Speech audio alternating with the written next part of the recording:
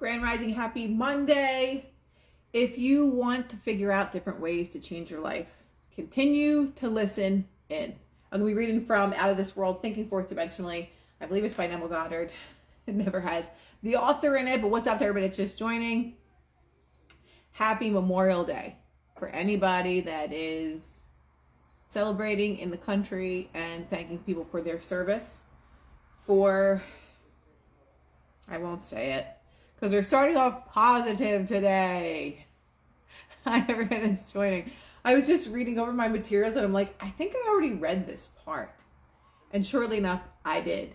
So, hi, everybody. Hi. I see a lot of the faces that were with us last night for our 2-hour-long live that I went on hiatus for 20 minutes of. Hi.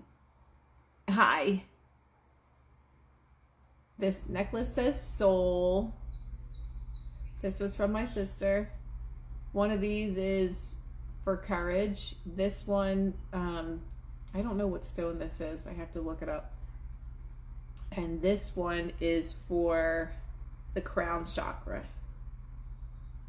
Yes, and I programmed it. When I got it, I cleansed it in salt water.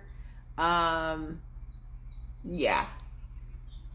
But hi, everybody, wherever you are in the world. We're talking about manifestation, manifesting your best life. So if this is for you, then stay in and watch.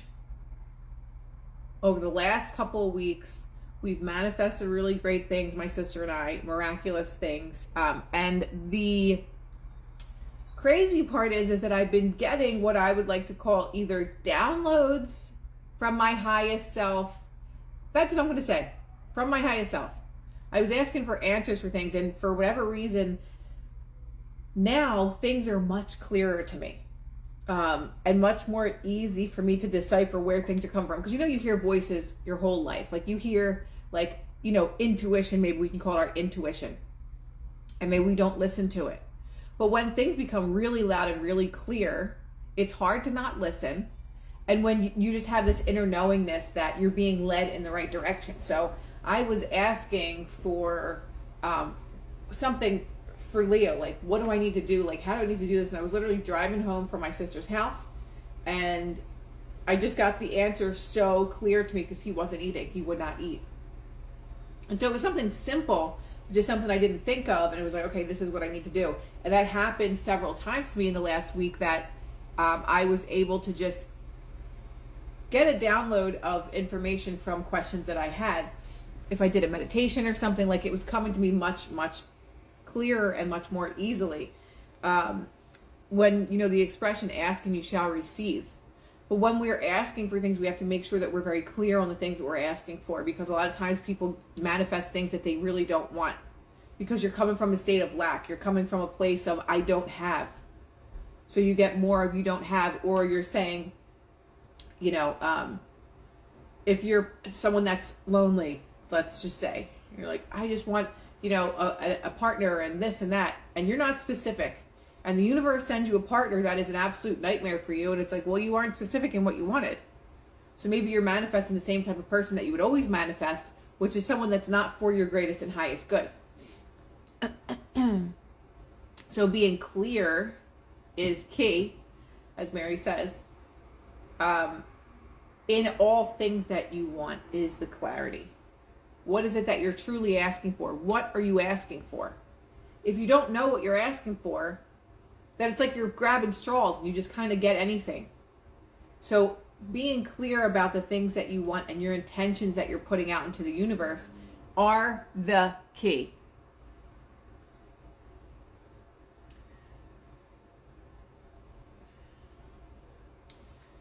Okay.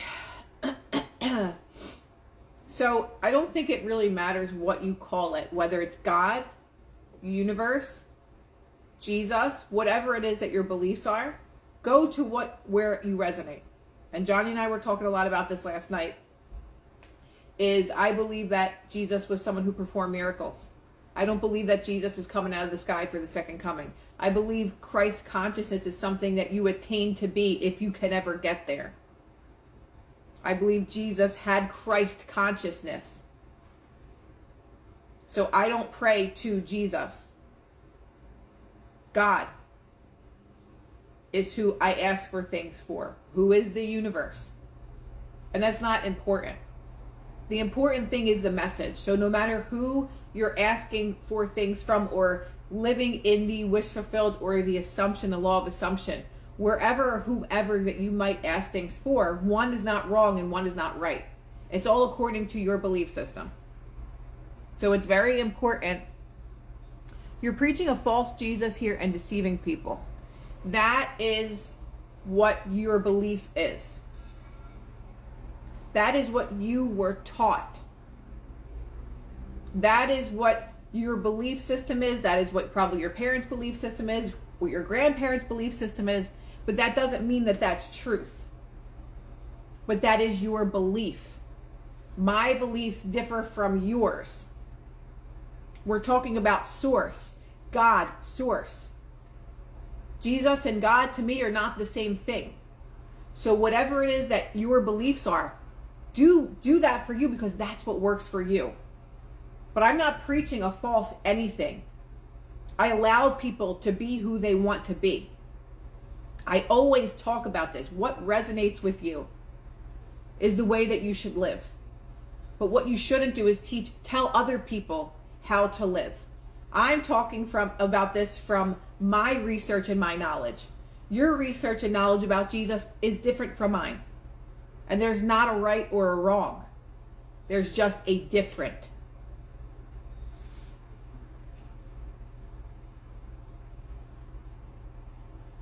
I didn't say that I didn't believe in God. So these are the assumptions that people make. I literally said the universe and God to me are one and the same. So whether I use God or I use universe, it is one and the same for me. But again, let's come from a place of non-judgment. So if you are a person that is of Jesus, you're judging me because I don't have the same beliefs as you. And that is not Christ-like as people would say. So, going back to what we're discussing today about God, universe, or whoever it is that you resonate with, and this will probably resonate with you because there are Bible verses in here that talks about consciousness.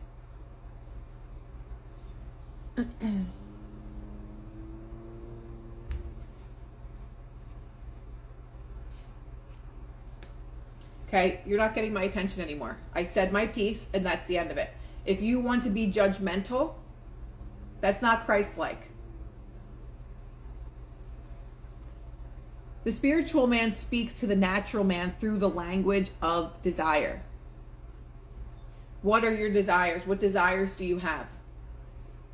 My desires in life since I was very young was to always teach empowerment and health.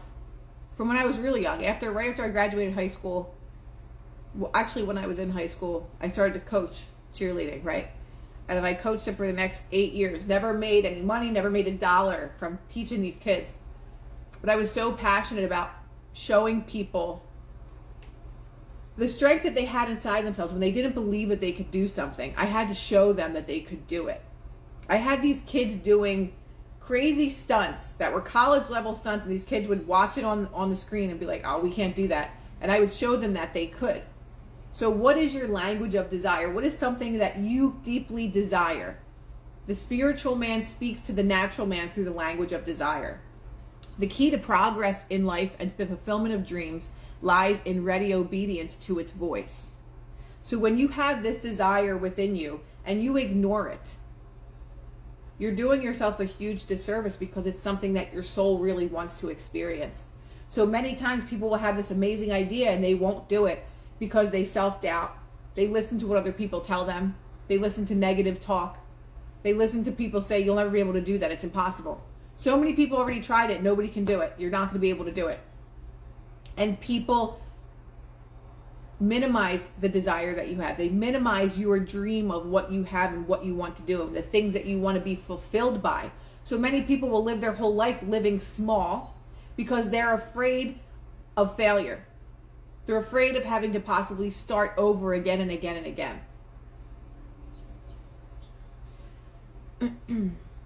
To desire a state is to have it. You would not have sought me had you not already found me.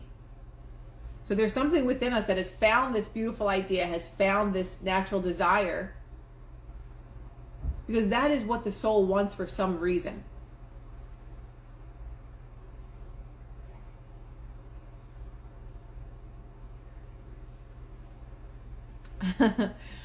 Man, by assuming the feeling of his wish fulfilled, and then living and acting on this conviction, alters the future in harmony with his assumption. So if you have this desire, whether it's desire to be with someone, a person, a job, a home, anything that you want, children, having a farm, having a beautiful garden, whatever that desire is, man, by assuming of the living in the wish fulfilled, that is living as if it's already happened, and then living and acting on this conviction alters the future that is in harmony with his assumptions. I'm reading from Out of This World, Thinking Four-Dimensionally. Assumptions awaken what they affirm. As soon as the man assumes the feeling of his wish fulfilled, his fourth dimensional self finds ways for the attainment of this end and discovers methods for its realization. This experience of the end wills the means. So I don't know how many times I've already done this, but I've gone into a state of meditation and I was living in the state of the wish fulfilled, right?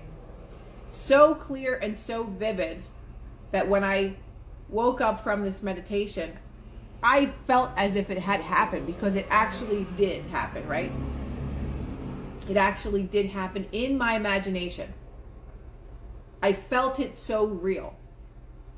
And there are times when I've done these meditations or even had visualizations, and it was literally exactly what I saw in my mind when it did happen and come to pass in the fourth dimension, or I'm sorry, in the three-dimensional world, right? The undisciplined mind finds it difficult to assume a state which is denied by the senses. So if you want to answer this, do you have would you say that you, thank you, Karen, would you say that you have a disciplined mind? Because for most of my life, I did not. I did not have any control over what my mind was doing, thinking, saying, telling me, the stories that I would tell myself. So I don't know how many people have control over their mind. It wasn't actually until, 6 months ago, maybe, that I would say, yes, I have control over my mind. My whole life, I never had control of my mind. I didn't even think about trying to have control over my mind. It was like a little unruly child that no one could control. No matter how many times you tried to punish yourself and put yourself in timeout for your mind thinking negative things, I had no control over it. Does it help to have a manifesting picture board? Yes, like a vision board. Absolutely, because our mind goes through visualizations. So even if you make a mood board for a vision board for the background of your phone with all the things that you want to manifest, every time you open your phone, your subconscious sees that visualization. It sees it all the time. I did not have it. I'm still working with it. Who else, guys? There's only one person. Who else has control over their mind or does not? I try, but I have anxiety, and once that sets in, I'm done for. So these type of things, especially with anxiety, and again, we talked about trauma brain, right? We talked about coming from a place of like having the trauma brain, where the mind just doesn't shut off and it's always expecting bad things, and that gives you anxiety. That's one thing, trauma brain. Nutritional deficiency. People that tend to have high levels of anxiety have nutritional deficiencies, mainly mineral deficiencies, that destroy or disturb, not destroy, but disturb the mind balance. Once you have that good chemical balance, I'll say, in the mind, the racing thoughts, the uncontrollable thoughts will minimize and they will lessen a lot. So once you do, so the trauma brain, EMDR therapy, like I said, was really good for that, and energy work. working with an energy facilitator that can move around any stuck energy that's causing these type of imbalances. But a lot of things that I've noticed also come from those mineral deficiencies. It's one of the reasons why I take sea moss every day. I've been taking sea moss for 5 or 6 years now, because it helps me mentally. And I realize or recognize that when I don't have those mineral supplements, by the end of like week 1 or going into week 2, like when I was on my retreat, I didn't take any of my supplements. By the end of that time, I was a mess. It's that simple for me. I'm not saying it's that simple for everybody, but a lot of people that do have a lot of the mental things are depleted in minerals. So if you want to, you can look up mineral deficiency and anxiety, mineral deficiency and depression, all those type of things. It's very helpful. I am sitting in stillness, and it's still really making space within. Are you Shilajit still? Yes. My mind is a work in progress. All of our mind is a work in progress. And that was one of my greatest challenges of life. Like everything that I've been through, it's all been trying to find stillness in the mind. Like I took yoga forever, and I would be like a basket case in class. I'd be literally in a pose, and I'm just like, my mind's racing, I'm angry, and I was in pain and all these things. So another thing that helped me was obviously the patches, because I was in so much pain. That's what I would focus on. And I would just be in a low vibrational place all the time because I was just in pain. I was in a permanent state of pain every day. And now that I'm not in pain, there's other things that I can really focus on and make space for, literally make space for in my body. Okay. The undisciplined mind. Okay, so this is a technique. Here's a technique that makes it easy to encounter events before they occur. And this is a quote from the Bible. To call things which are not seen as though they were. And that's Romans 4:17. So again, to call things which are not seen as though they were, which is exactly what we're talking about right now. To call things in our mind that we are not seeing in our three-dimensional world as if they already were. So if your manifestation is to get married, you would see yourself on your honeymoon in your mind, right? It hasn't happened yet in your reality, but Romans 4:17, call things which are not seen as though they were. So a lot of Neville Goddard's teachings goes back to the Bible and how the Bible is referencing your mind and your consciousness.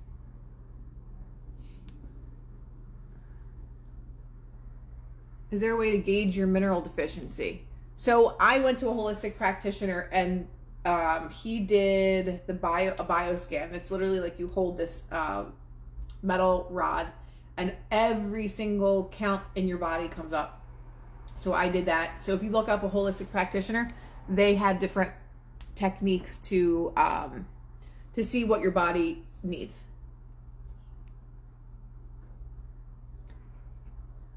Karen, message me and I'll send you the gateway stuff. Okay. So, the first step in changing the future is desire. What is it that you desire? Are you clear on what that desire is? In every way. Someone say, oh, I just want to be in love. You sure about that? Because you could meet someone and it starts off amazing, everything's great, and you fall in love, and all of a sudden this person, you're just like, oh my God, I'm going to jump out a window. Like, this person's insane, this person's insecure, all these things. So remember that we manifest not what we want, but what we are. So if we're just saying, I just want to be in love, and you don't already have that level of self-love that's going to call in a partner that is healthy, and that is exactly what you're looking for. If you don't embody those traits in somebody that you want, you'll never be able to attract that. My contacts are so dry today. I don't know why. Let me just see.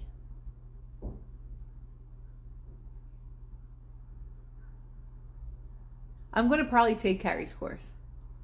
I'm going to end up taking Carrie's course. Okay, so the first step in changing the future is desire. That is, define your objective. Know definitely what you want. Second, construct an event which you would believe you would encounter following the fulfillment of your desire. So again, if you're like, I want to be in this amazing marriage, what your visualization would be, maybe you on your honeymoon or you buying your house together, something that implies that you are already married to this person. Or if it is having your dream home, maybe it is celebrating your 1 year already living in the house. Or maybe it is going to the furniture store to buy furniture for your new home, right? So when you construct your scene, it's not like, oh, the person that I love is going to call me. That's not implying anything that is permanent. That's just you coming from a state of lack that will accept a breadcrumb from somebody. Or a job. It's not you being at the interview. It's after you went to the job interview and you're like calling you on the phone like, congratulations, you got the job, or maybe you're sitting at your desk or whatever the hell it might be, right? If people want to be in love, they have to be loved first, and then you attract the same. Most people usually only attract the vision. I feel you on that. Third, this is the most important part. This is the visualization. Shelley, immobilize the physical body and induce a condition akin to sleep, which is known as the state akin to sleep. So it's literally right before you go to sleep, or when you're meditating. It's usually like you're in between that dream state. You're awake, but you're half asleep, right? Lie on a bed or relax in a chair and imagine that you are sleepy. Then, with eyelids closed and your attention focused on the action you intend to experience in your imagination, mentally feel yourself right into that action, imagining all the while that you are actually performing the action here and now. So it's not you thinking of yourself like you're watching yourself in a movie, right? It's not like seeing yourself from a distance at the beach with the person that you love or whatever it is. It's you actually looking down at your hand, holding that person's hand, or it's you opening the door to your new home, right? We don't want to think of it. We want to think from the experience. Or maybe you're cooking in your new kitchen and you're looking down at the pot and pan and you see your hands. It's you actually doing the action. It's not you seeing yourself doing the action. Okay, it's important to remember the proposed action must be which one follows the fulfillment of your desire. You must feel yourself into the action and until it has all the vividness and distinctiveness of reality. For example, suppose you desired promotion in your office. Being congratulated would be an event you would encounter following the fulfillment of your desire. Having selected this action as the one you will experience in the imagination, immobilize the physical body and induce a state akin to sleep. SATS, S-A-T-S. Let's go to the next page. The difference between, okay, I already talked about this, but the difference between feeling yourself in action here and now and visualizing yourself in action as though you were on a motion picture screen is the difference between success and failure. The difference will be appreciated if you will now visualize yourself climbing a ladder. Close your eyes and imagine that that ladder is right in front of you and you actually feel yourself climbing it. So that is what they're saying the difference is between imagining the action or thinking from it as if you're actually experiencing it yourself. Okay, we'll go to the next page.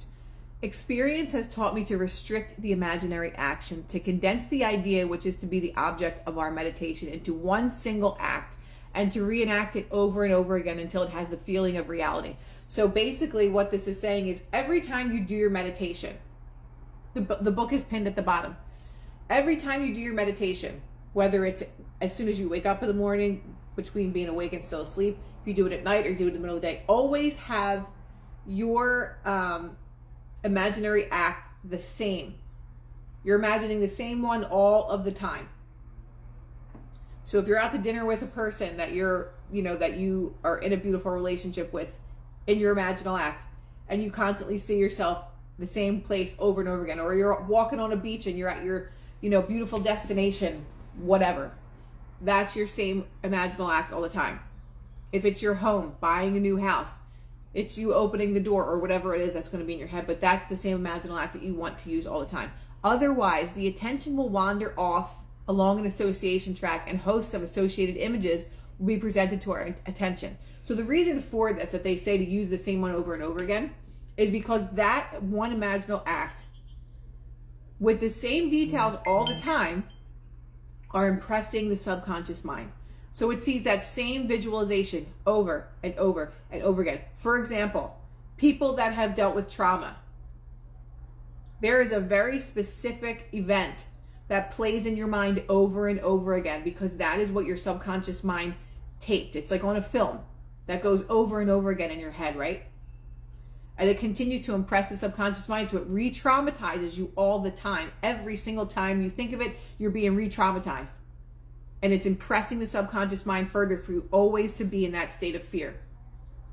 With the same thing with manifestation, you use one imaginal act because that tape will play over and over again until it literally has all the senses of being real, and then it draws it to you in your three-dimensional world, if that makes sense. Ruminating is horrible. And that is held in the body too, exactly. So when you have a good visualization that makes you feel good when you're doing it in your mind, it's impressioning the subconscious. Feeling is the key to manifestation, right? You're feeling it as if it's real. So then that is raising your vibrational frequency. You're having these good feelings about the thing that you desire. And then that is what the continuation of when they talk about that the universe or God will move everything that they need to move for you in order for you to have what you desire.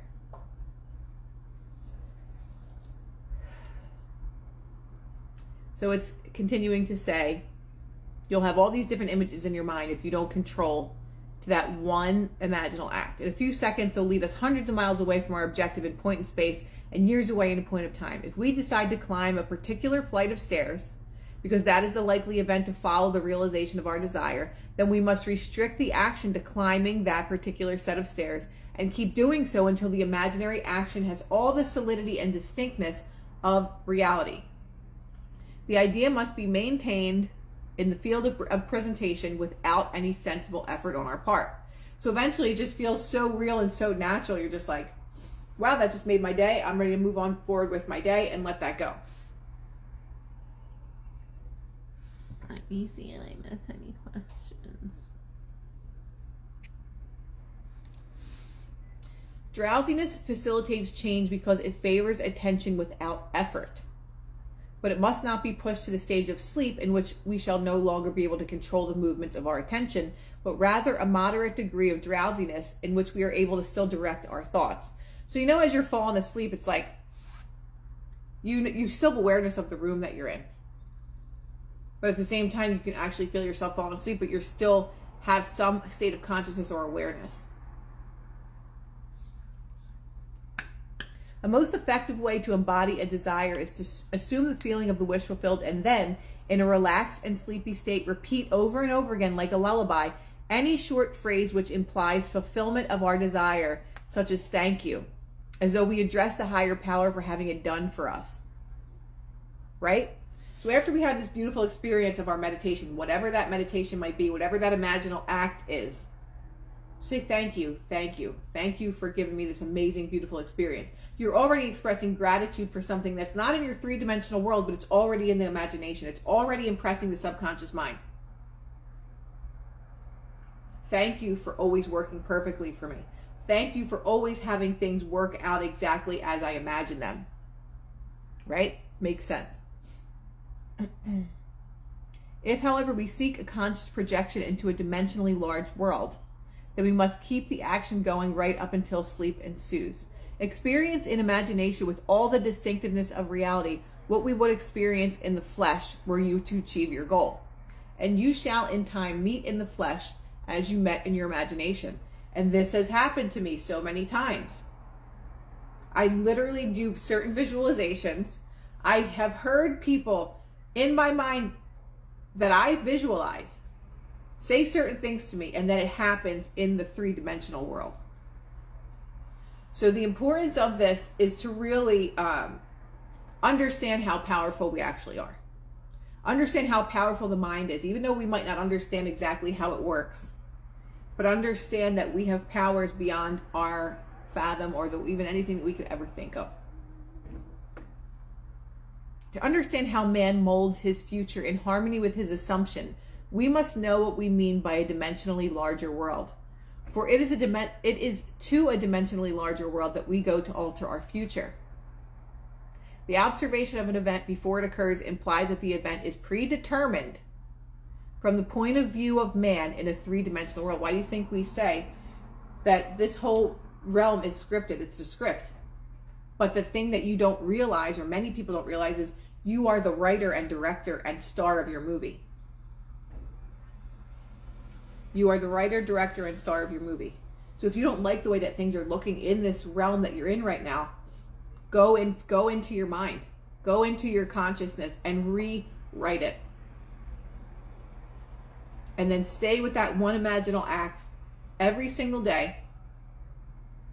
If we can do another challenge, let's do a 7-day challenge of doing our imaginal act at least once a day. Going into that state akin to sleep, meditative state, and have your one imaginal act. Do it every day for 7 days. And then let's come back next Monday and talk about any shifts that we have. Or if maybe something that was undesirable came through. Why would that be? If sometimes you manifest the opposite of things, it's not because this isn't working or anything. It's because the universe gives us what we are, not what we want. So it has to play out into our reality first. It's just like if I continue to fill up, this is old juice, let's just say, and I continue to fill up this bottle with new juice, the old juice has to come up and overflow out until there's only new juice in there. And this is the same way as our minds and consciousness. If this is all of our old thoughts and our old story here, this still has to go somewhere, right? So if you're doing your manifestation techniques and things like that, and you start to see the opposite happen, just remember that these are your old thoughts. And once we start pouring new thoughts into our consciousness, the old thoughts have to come up and overflow out until our mind is reprogrammed with only new thoughts. And then your world really starts to change. Because once you really do the reprogramming, it's very rare now that I think negatively of things. Where before it was like all the time, it was just like constant negative thoughts, like you can't do this, you can't have that. And I don't think like that at all. Like the dirt and the water analogy. That's a good one too. But I've worked so hard to reprogram my mind so that I now feel empowered enough that I can just recreate the things that I want. Right? See the things in my mind that I truly want. Well, where are you? He's usually right by my side. I don't know where he is. Okay, where are we at? Man does not know exactly what is meant by a dimensionally larger world and would no doubt deny the existence of a dimensionally larger self. So this concept is so incredibly foreign for people that many people are like, she's talking crazy, she's talking about witchcraft and all these other things. Like, we're just so dumbed down to believe that we're only three-dimensional beings. We live here, we die, and then we go to heaven or hell is what many people believe. What we don't realize, because we're never taught this, is how large we actually are, how much bigger we actually are than this little body that we're given. He is quite familiar with the 3 dimensions of length, width, and height, what I just talked about, and he feels that if there were a 4th dimension, it should be just as obvious to him as the dimension of length, width, and height, right? So, well, if there is another dimension, we will be able to see it, right? Let's address that really quick. How do you stop sabotaging yourself? That is a learned behavior. That is a belief system. And I'm not sure what it is that you're sabotaging, but let's just go to relationships, because a lot of people sabotage those, because those are the things that are most impactful to us as children, and how we're most impacted by relationships with our guardians, parents, brothers, sisters. So if you're sabotaging yourself in relationships, look back into your childhood. Did you feel loved? Did you feel wanted? Did you feel happiness and joy? Or did you feel fear? Did you feel neglected? Did you feel abandonment? Things like that, right? So if you are sabotaging, the first thing that I always like to look at is like, well, what was your childhood like? And then we can unravel and unpack things from there. We can start the reprogramming of the mind from understanding like where and what happened to you when you were a child, because that's where our programming comes from. That lives us the rest of our life until we actively work on changing the mind. That's like the short answer of a very, very long one. And this is not because I have all the answers, but this is just because I've lived it. I've done all the work. I do it every day. And I had the most fucked up childhood. But I'm not going to allow that to ruin me and my life and my decisions.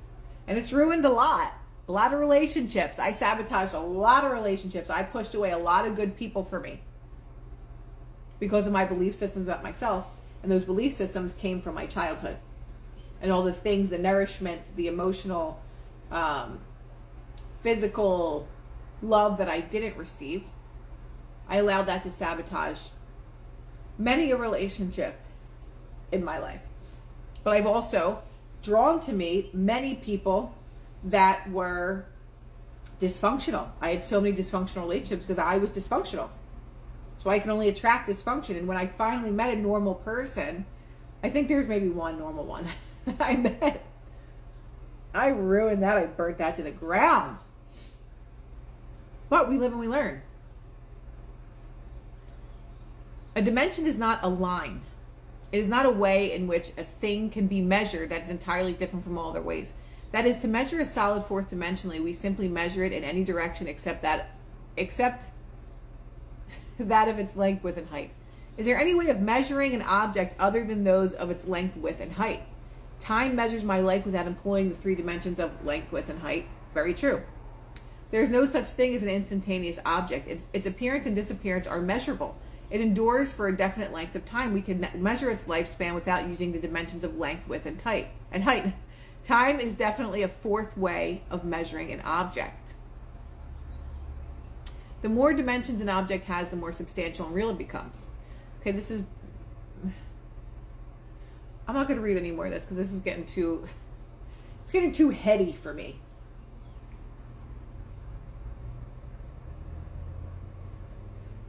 Okay.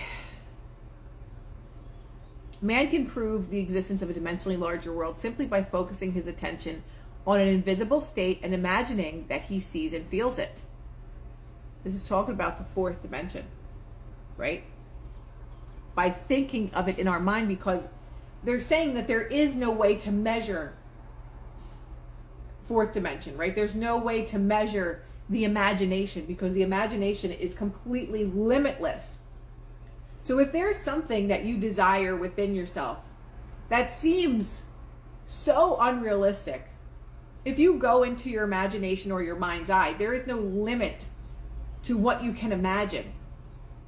So no matter how outlandish something seems to you, go in your mind's eye and see it real every single day, and the world, the universe, God will move all the parts around to bring it to you. But you have to take inspired action. You can't just sit there in your mind and just think about it and be like, now it's going to come to me.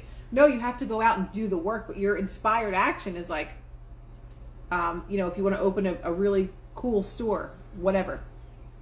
Maybe you're going to go and look at, real estate in your area. Or maybe you're going to go look at the real estate in the place that you want to open it in. Maybe you're going to reach out and contact people. Maybe you're going to say, hey, do you know anybody that's, that has property here? That's taking inspired action, right? If it's a relationship that you want to manifest, taking inspired action is you working on yourself. You finding that self-love that you never gave yourself so that you can attract a partner with all the qualities that you want because you already possess those qualities within yourself. Because so many people, they want to attract, this king or queen, and they're a mess. How do you think that's going to work out? It's not. Maybe you'll attract them, then you'll lose them. That's taking inspired action. If he remains concentrated in this state, his present environment will pass away. So the present environment that you have that is no longer resonating with you, that is no longer alive in your mind, will pass away, as it says, and he will awaken in a dimensionally larger world where the object of his contemplation will be seen as concrete, objective reality. So there is a part of your consciousness that has to pass away. That is the old story. Remember, we say, my old story has no power over me. So that old story has to pass away so that you can make room for this new story. So you can make room for this new story to grow and blossom. Intuitively, I feel that were he to abstract his thoughts from this dimensionally larger world and retreat still farther within his mind, he would again bring about an externalization of time. He would discover that every time he retreats into his inner mind and brings about an hold on. Okay, I thought, yeah, okay. And brings about an externalization of time, space becomes dimensionally larger. So think about this. Some people live in such a small world, right? In their mind. I live in a house that I don't like. I have a job that I don't like. I'm unhappy in my relationship. And you create this small world in your mind. But when you retreat into your mind and consciousness and you start to see your life bigger, you start to see yourself in a job that you love, you start to see yourself in this beautiful home that's very loving, you start to see yourself in this amazing relationship, and you do it over and over again every single day, that's when your space becomes dimensionally larger, because you start to see that there is no limit to the things that you can have, right? And then the world starts to provide, the universe starts to provide you with things that you never thought you could have, because now you see it in your mind. I could have anything in my mind. I could have anything in my imagination. And if I know that my thoughts create, then I'm only going to think of the things that I actually want to create. I don't want to think of the things that I don't want to create. Right? And he would therefore conclude that both time and space are serial, and that the drama of life is but the climbing of a multi-dimensional time block. Scientists will one day explain why there is a serial universe, but in practice, how we use the serial universe to change the future is important. To change the future, we need only concern ourselves with two worlds in the infinite series: the world we know by reason of our bodily organs, and the world we perceive independently of our bodily organs, which is in the mind, right? Which is in our consciousness. So we'll leave it there today. And I hope that this was helpful. Sometimes some of Neville's teachings get a little deep. Well, so deep I need to hear this. Thank you. I'm glad, because I need to hear it too. I need the constant reminders every single day, because of how powerful our minds are. If we don't get a full grasp on them, then they run wild, and it creates the life that we don't really want. We allow ourselves to think of all the negative things, and when we fall asleep at night, we're thinking about all the things we're stressed out about, which is the most powerful time to manifest. So if you're using the time before you fall asleep to think about all the things that you didn't do, oh my God, I have to pay this bill, and why did this person say this to me? You're only manifesting more of that. That is the most powerful time to manifest, is right before you fall asleep or as you're falling asleep. Utilize that time for you, for all the things that you want, not for the things that you don't want. Okay? Happy Monday. Have a beautiful Memorial Day weekend if you guys are out there barbecuing or doing whatever. Thank you guys for listening. And I will see you possibly tomorrow night, if not Wednesday night. Okie dokie. Adios.